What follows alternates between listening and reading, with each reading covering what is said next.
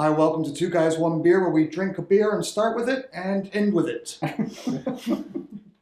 Very special guest today, Canadian legend, Mr. Footballer himself, in my mind, Dwayne De Rosario. How you guys doing? Good, man. Welcome to the show. Thank you. Thanks for having me on. Took us a while to get you here, but Yeah. you're here.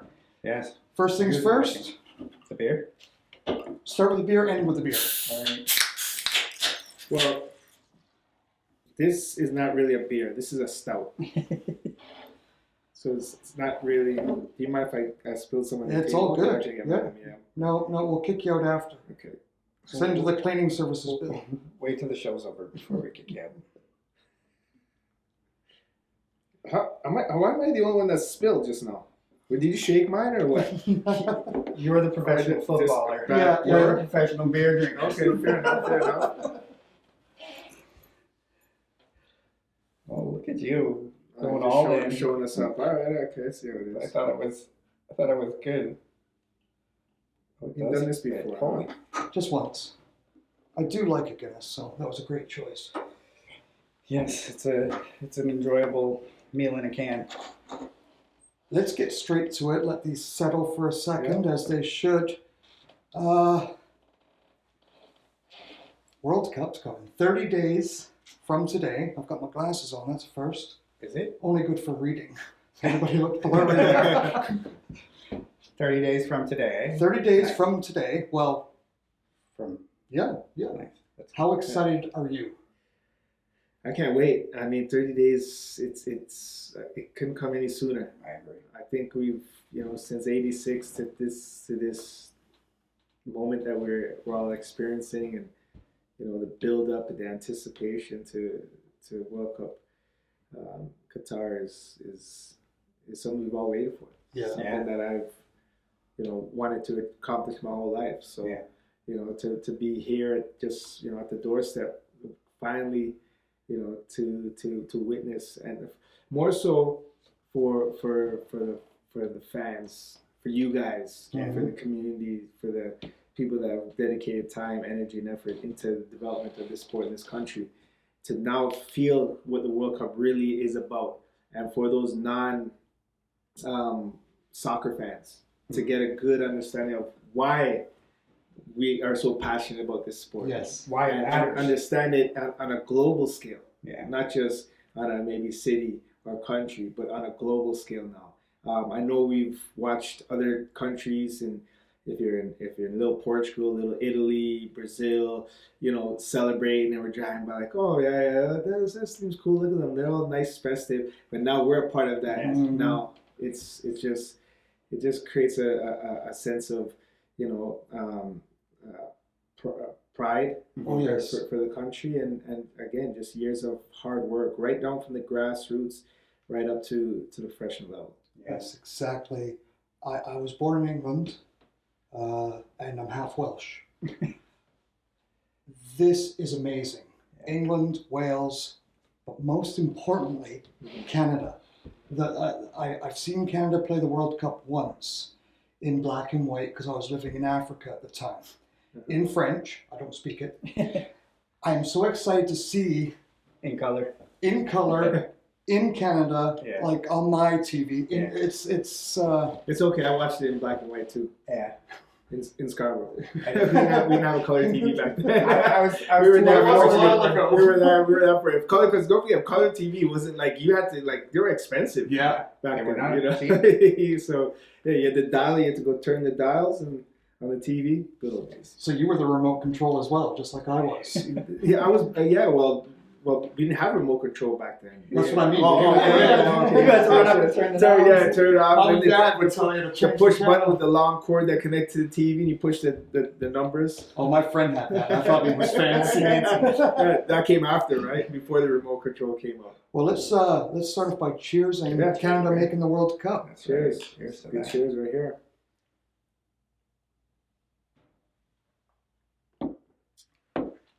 You spent many, many years playing for Canada, and some accomplishments. You had the 2000 Gold Cup. but the cycles of World Cup qualifications never went obviously the way you wanted them to go. I saw you on the field after one of the qualification matches, hugging some of the younger guys that are on the team now, like Ozo comes to mind and stuff, and just the pride in your face and your eyes of like we're there, you did it. I couldn't imagine. Yeah, I mean, it's hard to put into words. It's just, because you know what it takes to get there. You know how hard it is to qualify in CONCACAF.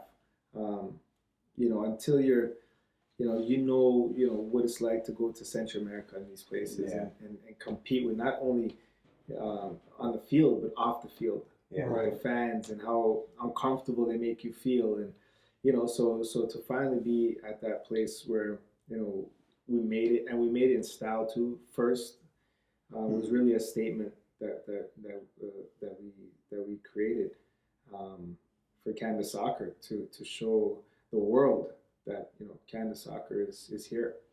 Oh, definitely. You mentioned the South American and not South American, Central American CONCACAF teams, and you said it in your book that it was like an angry mob waiting for you, and they just followed you and made noise consistently all night long to make your life a living hell while you were there. And I'm sure the guys had to deal with that same atmosphere. Yeah, I mean, I think a lot's changed, right? It's hard to. I know a lot of people ask, okay, well, how come we couldn't do it in the past, maybe, but it's you just can't compare our generation to now. I think the only person respectfully that I could have this conversation with is Paul Stalteri, because we've been around from Leonard Doozy to last coach, which was who was the last coach before? The Spanish man. Yes, Benito. Yes. And so we've seen that whole transition of soccer from where we started and to grow, But now, and you look at it with VAR, all these things that come into play, which helps us. Yeah, for sure. Because the abuse we used to take on the field against playing those teams, the off the field, the dirty stuff, the projectiles thrown in the field. You can't get away with a lot of those things now. Right? There's a lot of, which I think is very good. It brings more respect to the game. Respect to the game and respect to the players and their health and their well-being, right? And having access to us, where back in the days we didn't have much. We had their security, and that was it. We didn't have our own personal security traveling. So the access that a lot of fans they had to us was it's like it was too close, right? And I think. I appreciate the fact that Herdsman really stepped up and said, okay, I really want to do this right. I want these guys traveling like professionals. I want them staying and in the hostel like professionals. I want them to have our own chefs like professionals. I need a big staff because it's a big project. It's a big undertaking, right? You have to invest. Just like we saw our neighbors in the U.S., right? After the World Cup, they built MLS. You have to invest in the game if you want to reap the rewards of it. And thankfully, he was able to get Canada Soccer to buy in, to invest, and make sure that give me all the reasons to fail, pretty much. Right? So there's no unturned. We did everything we can, and we just didn't get through. Where I think, when we were battling for all these things back in days, we were looked at, they're spoiled. And I was like, no, it's just not okay to travel to a qualifier and you're in economy. Yeah. And you're traveling or from Europe and you have to take 3 flights to get to the destination. That's not fair. It's not okay. It's just not okay. Because no other country is doing it. So why are we? Yeah. And that's why we were looked at as a third world country in soccer. And getting proper games and preparation for qualifiers, and that's why I think this this preliminary World Cup qualifying games was a blessing for us. Mm-hmm. That we played some of the weaker opponents in the Caribbean and CONCACAF. Yeah. It gave opportunities for guys to get understanding of each other, to get a gel for each other, and and to beat teams 6-0 and 7-0, and to get that confidence moving forward, and that just domino affected right into the Hex, right? Yeah. So. Well, it's definitely a proud moment watching them top the list in CONCACAF and fantastic. Beating out the U.S. and Mexico. It shows how far things have come. Mm-hmm. And you brought up how the U.S. after '94 built things up and progressed with things like the MLS. So we're ahead of the game. Yeah. We have the CPL now. We have the 3 Canadian MLS teams. Yeah.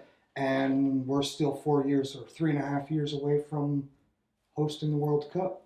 Yeah, I mean, there is a market for the game in this country now, which really wasn't there when you were playing, right? It wasn't like it is now, for sure. I was watching. I was watching. A lot of he loves to do that to me, throw me under the bus. I was helping you there. I was gonna come slide in, come and deflect, but but you know what? It's true. The best thing back then we had was Toronto Lynx, right? And that was the professional level. And then there was a big void when they stopped, and there was nothing really happening until 2007, when TFC joined MLS, and having Montreal and Vancouver in there, it just again, it helps develop from the grassroots to help grow the game on so many levels. And then, as you mentioned, the CPL now, right? And you see the levels building, right? Yeah. And I mean, there's somewhere for people to go and play, and some people don't develop in their career until a little later. Mm-hmm. And when everybody wants the young, best, talented kid on the street, those guys who got better with age, developed at 23, 27, they never got a shot. Now they will. Yep. And it's quite common from my experiences that Canadians do develop in this sport later, because for one, there's so many other options, and when a child says, okay, this is what I want to do, this is what I want to do, this is I want to focus all my energy into this game and become a professional. That usually is like 19, 20, 21. Where in Europe, you're almost like you're signed to a pro contract. You already played some games at 19, 18. Yeah. They know at like 14, 15 if you're gonna make it or not. So because it's not culture here yet, but that's why that's what even makes me more excited. About the World Cup coming up, is that now we're going to see soccer, football culture in Canada, across Canada. I think so. Right? And we can say, hey, Canada is a hockey country. That's fine. But it could be a soccer country too. It could be a basketball country too. Absolutely. The U.S. has managed it, so we can do the same thing. Like, we're not trying to take away any shine from them, but we're also trying to show, hey, we need our shine now too. Oh, yeah. No, definitely. Yeah, and for someone who has that multi-talented level of sports and they choose soccer, it's important to help develop them through a channel like the academies at the 3 MLS teams and now the CPL teams as well. I like that it's affordable. For sure. That's why it's one as a sport for someone to play. Yeah. Period. To get into it, you don't know if you're any good until you play. No matter the age, but parents can afford. I think that's why soccer is going to grow, and basketball is growing because it is affordable. And we have to be very conscious of that, because I have my own academy, and it is becoming pricey. Soccer is becoming more of a business. There's business-minded individuals who are getting into the sport solely because of business interest, and I think we have to find that balance still because what I'm seeing is a lot. We're having leagues, and in order to play in these certain leagues requires you to pay a substantial amount of money, right? And in order for you to play in those leagues, you have to play on some of these higher position teams, I would say, right? And it costs a lot of money. So I just hope that we're very conscious that we don't turn away the Dwayne De Rosarios. Mhm. You I know, agree. that we don't turn away the Julian De Guzmans I and agree. the Jonathan Davies and all these players, because if we do that, we'll be really, it would impact, I think, our performance and impact our game. For The sure. reason why, you know, we're right here, and you know, it's East York, but this is really Scarborough. We're next door. We're Scarborough, right? Yeah, across the It's street. literally You pass across the street. You're Scarborough. So, you know, there's so many kids that are coming up that aren't getting the chance to be seen because they don't have the funds to play on these programs. Big teams. And I'm trying my best to manage that with my academy. I'm always fighting with my manager to say, you know, we gotta make it affordable. But she's like, yeah, but you know, indoor costs are this cost is that, and it's, you know, trying to find that, you know, and then you want to get qualified coaches, Mhm. right? And they come with a price as well. So it's very difficult, and it burdens me, to be honest. It really burdens me trying to find that balance where, you know, we can stay afloat, but we also create space where, you know, we can have kids that are in underserved communities can still, you know, have an opportunity. Because, like you said, you've given up on the Dwayne De Rosarios if you lose that kind of market Right. to the community, Right. right? I mean, if you look at England, as you know, England, Italy as well, you know, they have changed a lot of their grassroots policies and professional policies to say they want to start focusing on developing their own, Mhm. right? Because so many other players, you know, are coming from Europe and all over the world, other places, other countries in Europe, and they're coming and they're taking maybe local guys' spots, and you're not developing a lot of the local players.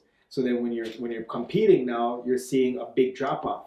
Right, so you know you gotta find it's a fine balance. I get it. Yeah, I understand the business side of it. I understand that, you know, everything costs. You know, but we have to find a way to keep it, you know, accessible. Keep grassroots. Yeah. And grassroots to some that can reach somewhere, Mm-hmm. so that it's not falling through the cracks. Right. It's important. You know, and that's why I'm blessed that you know, through TFC has allowed me to be an affiliation. Mhm. DeRo TFC, we're officially called, where we can now access some of those, you know, single parents, single mom, single dad. It's hard for them to drive to Downsview with that demand, or trust their kid to go at 13, 14, 15 years to on the bus every day, but on their own to and from.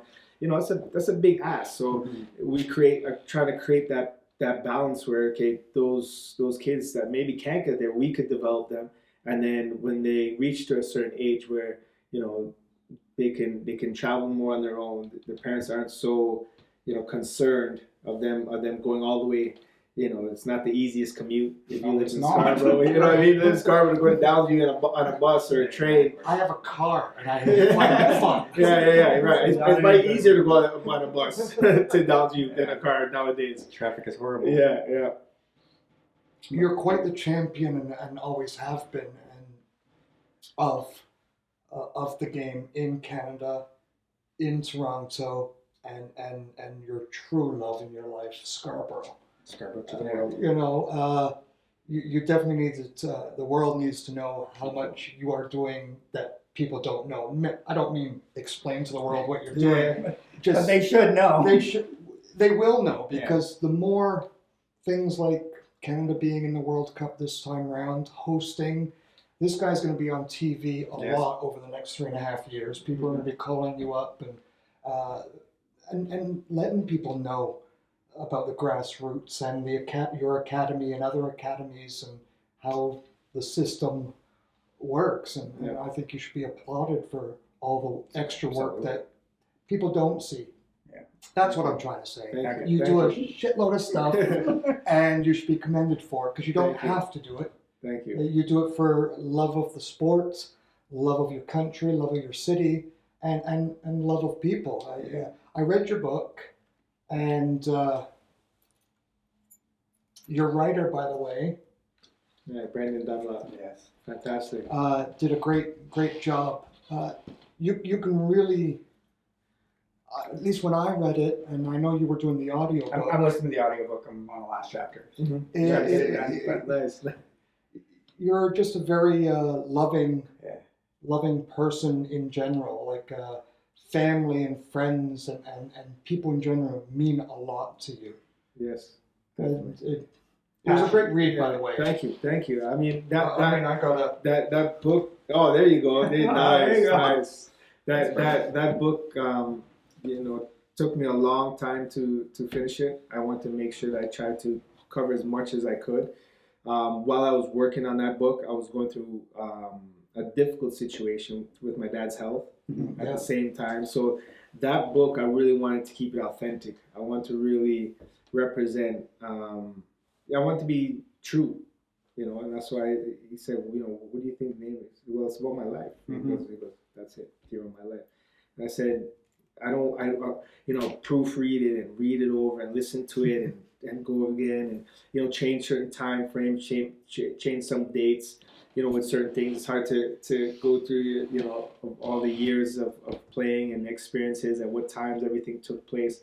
But I just really wanted the stories to be, well, all the stories are true, but I really wanted the reader to get a sense, or the listener to get a real sense of what a lot of us kids go through. Yeah.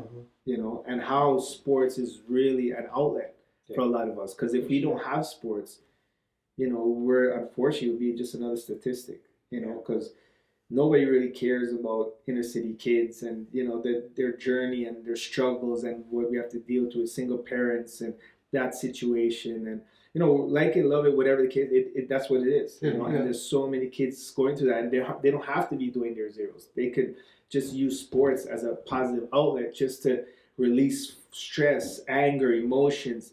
And when we look and see like a COVID experience, and when they're doing cuts at schools and sports gets the hit or arts program gets the hits, it's like we gotta do better.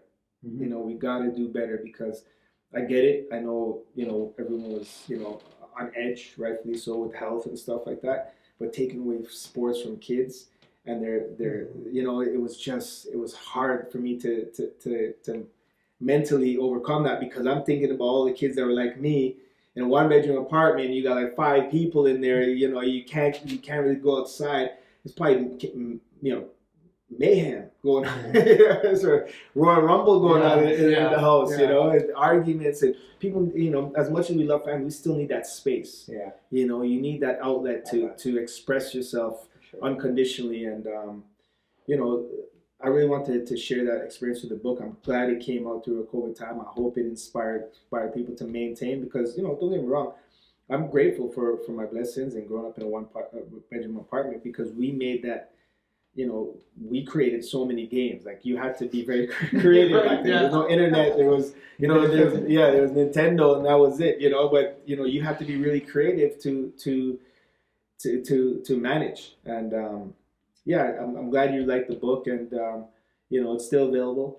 Well, that's we definitely have to plug it. Yes, it's still available. We can't have you on the show without at all. I got mine. I don't know what other outlets you have, but I got mine on Amazon, because I learned about Amazon during COVID, like the rest of the world. Me too.